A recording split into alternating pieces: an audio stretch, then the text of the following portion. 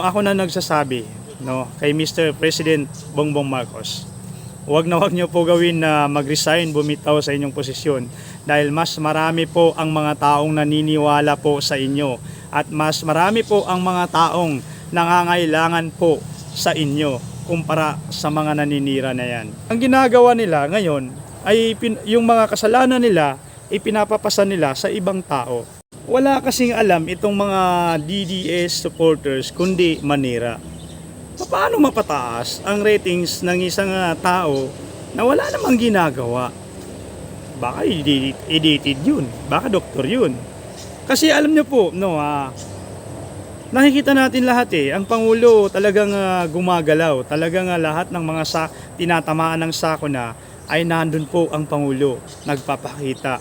Para alam nyo kasi, para sa akin, ang pagpapakita ng isang Pangulo ng bansa, no, sa mga taong tinamaan, no, ng anumang bagyo yan, anumang sakuna yan, ay nagbibigay lakas loob na kaya natin to, kaya nyo yan, no, andito ako, nandito kami na taga-gobyerno at handa sumuporta at handa suportahan kayo hanggat sa muli nyong pagbangon.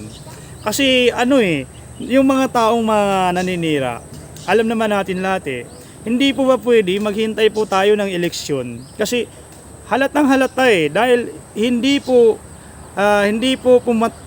pumutok, no, hindi po nangyari yung gusto nilang patalsikin si PBBM.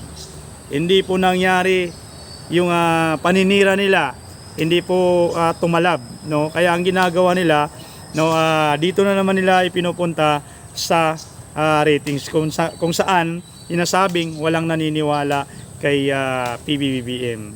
So saan kaya sila nag-survey, no? Bakit ganon? Kasi alam niyo po, no, napaka kasi ito tingnan natin, no. Itong ginagawa nilang rally, 'di ba? Sabi nila resign BBM, resign Marcos, no, resign adik. So alam niyo po, no, ako na nagsasabi, no, kay Mr. President Bongbong Marcos, huwag na huwag niyo po gawin na mag-resign, bumitaw sa inyong posisyon dahil mas marami po ang mga taong naniniwala po sa inyo at mas marami po ang mga taong nangangailangan po sa inyo kumpara sa mga naninira na yan. Kasi dito sa distrito namin, every month, no, nasa 8,000 yata or 9,000 yung tumatanggap ng walang gutom program. No, yan po yung programa ni PBBM. So, napakalaking tulong po ito. Kagaya na lang po, no, kahapon nag-receive din po sila, no, ng walang gutom program.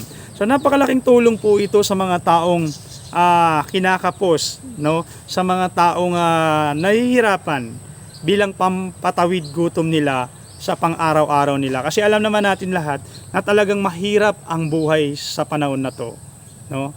Kaya Mr. President, kami po ay sumusuporta sa iyo. Kaya wag po kayo maniwala sa mga iilan lang na naninira, no, sa iilan lang na sumisigaw na kayo raw ay mag-resign dahil walang naniniwala sa inyo. Napakarami pong mga silent lang dyan na sumusuporta sa inyo. Kasi alam niyo po, no, sa ginagawa nilang resign Marcos, ay sino ba ang kapag nag-resign po ang Pangulo, sino ba ang beneficiary niyan? Sino po ba ang papalit sa kanya? Hindi po ba yung iniidolo nila nakasunod na presidente? So anong mangyayari, hindi ba? So baka mamaya niyan, no, banat doon, no, baka mamaya niyan babawi yung mga ayaw niya, diyan kayo, kakasuhan kayo ngayon. So alam niyo po, gumising po tayo sa katotohanan. Kasi bukod pa ron sa mga nakikita ko, sa mga napapansin ko, ay baka itong pag nangyaring nag-resign itong si PBBM at pumalit itong kasunod, sabi nila pag nag-resign si PBBM, wag daw iupo yung kasunod. At may nagsabi na kung sino yung number 1 na senator. Kung hindi ba naman ano, no. Alam niyo po, kapag ayaw po ng kasunod na pangulo, ang papalit po diyan ay ang sasalo po sa posisyon na yan ay yung Senate President. Yan po ang papalit, hindi po yung first senator. Dahil kada eleksyon mayroon isang first senator. So sa dalawang eleksyon meron pong dalawang tao. So hindi naman pwede sa dalawa. So ang papalit po diyan, ang sasalo kung ayaw talaga ng vice ay yung Senate President, no? Pero mukhang hindi rin mangyayari 'yon dahil gusto rin naman nitong kasunod na pangulo. So alam niyo po, no, sa napapansin ko at sa nakikita ko ay baka pag pumalit ito at bumaba si President Bongbong Marcos bilang presidente at pumalit itong sinasabi nila, ay baka mangyari nga yung iniisip ko, no, yung nakikita ko na itong mga kakasuhan ngayon at makukulong at nakukulong ay baka mamaya niyan ma-absuelto po sila niyan. Kasi alam naman natin lahat kasi mismo mga vlogger din ng DDS nagsasabi, bakit ganon? Yung mga kakampi mismo ng kakampi ni Duterte, puro nakakasuhan. Bakit sila yung laging pinaghahabol ng batas? So ang tanong doon, bakit ba sila hahabulin ng batas kung wala naman silang ginawang mali? Kung wala naman silang ginawang kasalanan? Hindi po ba? At lalong-lalo na, 'di ba? Sabi nila, itong si Jaldico, 'di ba? Nagtatago. So bakit nagtatago kung walang kasalanan? 'Di ba? Kaya nagtatago dahil alam niya sa sarili niya na meron siyang tinatakbuhan. Ang sabi naman nila, sabi ni Jaldico, ang mastermind si PBBM at itong pinsan na si House Speaker Romualdez, no, si dating House Speaker. Pero ang tanong natin, bakit puro salita lang, walang ebidensya? Si PBBM sinasabi nila kurakot. Pero noon pa, yan na yung binabato, di ba? Kurakot, magnanakaw, weak leader, addict. So wala naman, puro salita lang, panira lang sa kanya. At itong si dating House Speaker Romualdez, sinasabi nilang mastermind sa mga anomalya sa flood control project, ay wala namang matibay na ebidensya at wala namang nailalabas na ebidensya kundi salita lamang, no? Kasi binabaliktad nila kasi yung mga sumisigaw nagsasabi na si Romualdez, yun pala sa kanila din pala sila din pala yung gumagawa di ba? Kaya alam nyo po, no, ang ginagawa nila ngayon ay yung mga kasalanan nila ipinapapasa nila sa ibang tao, di ba? Kaya hanggat wala naman tayong nakikitang matibay na ebidensya, kasi kung meron yan, di sana noon pa inilabas na nila Kasi yung mga ginagawa nila, yung addict daw ang Pangulo, wala naman silang naipakita, kundi yung AI na inedit nila na ipinamuka sa Pangulo. Diba? AI wala Diba? So, ngayon, lagi nila sinasabi na ganun, para siraan, para ayawan ng taong bayan ito si PBBM. Pero hindi nangyayari.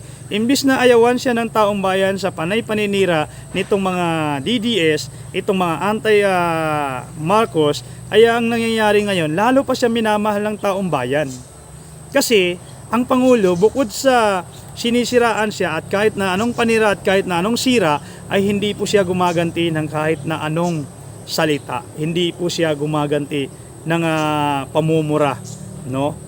So, yan dapat ang tularan natin. Kasi yung mga bata ngayon ay kung ano yung makikita nila, kung ano yung maririnig nila, yun din yung ginagaya nila. Kaya dapat tayo, no, iwasan din po natin, no, yung pagmumura, kasi yung mga bata na natitingala sa atin Katulad ni PBBM, hindi mo maririnig na nagmumura.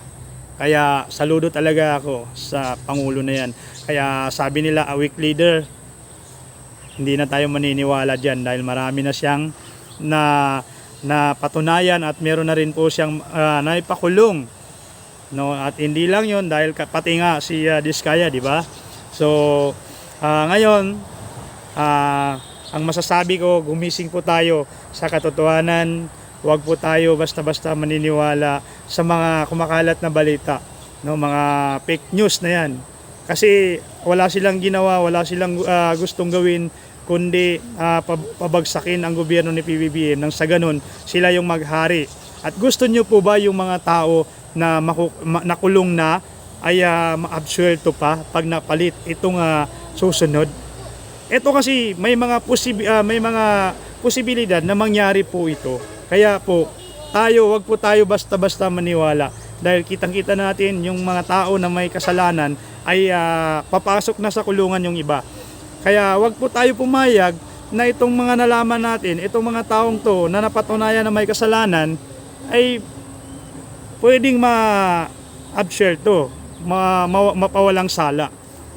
Kaya gumising po tayo sa katotohanan, mga minamahal ko mga kababayan. So yun lang, thank you po.